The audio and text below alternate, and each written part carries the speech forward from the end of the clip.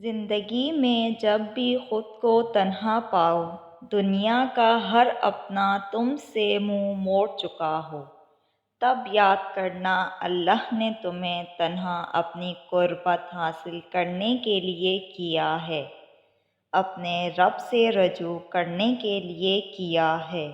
ایک مرد کی اپنی ذاتی ضروریات بہت کم ہوتی ہیں، وہ مناسب کمائی پر بھی اپنا گزارا کر سکتا ہے، مگر جب شوہر بنتا ہے تو بیوی بچوں کی خاطر زمانہ بھر کی کھاک چھانتا ہے تاکہ ان کو ہر سکون میسر کر سکے۔ اس لیے اپنے شوہر کی قدر کریں، اولاد کو بھی باپ کی قدر کرنا سکھائیں۔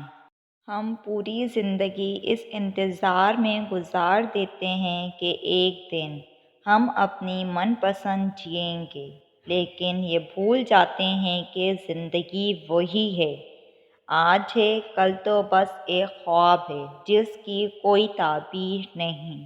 اللہ کے علاوہ کوئی ہماری تکلیف درد نہیں سمجھ سکتا ہے۔ لوگ ہمارا رونا ایک حد تک برداشت کرتے ہیں اور پھر تنگ آ جاتے ہیں۔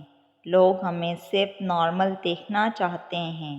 اللہ کے سوا کوئی نہیں سمجھ سکتا کہ ہم کیا محسوس کر رہے ہیں، کیا گزر رہی ہے۔ اللہ کے سوا کسی کے سامنے اپنے دکھ غم بتانا سراسر بے وقوفی ہے، کیونکہ اس بھاگتی زندگی میں کسی کے پاس اتنا وقت نہیں ہے کہ وہ ہماری تکلیف سنے، اس کو محسوس کرے۔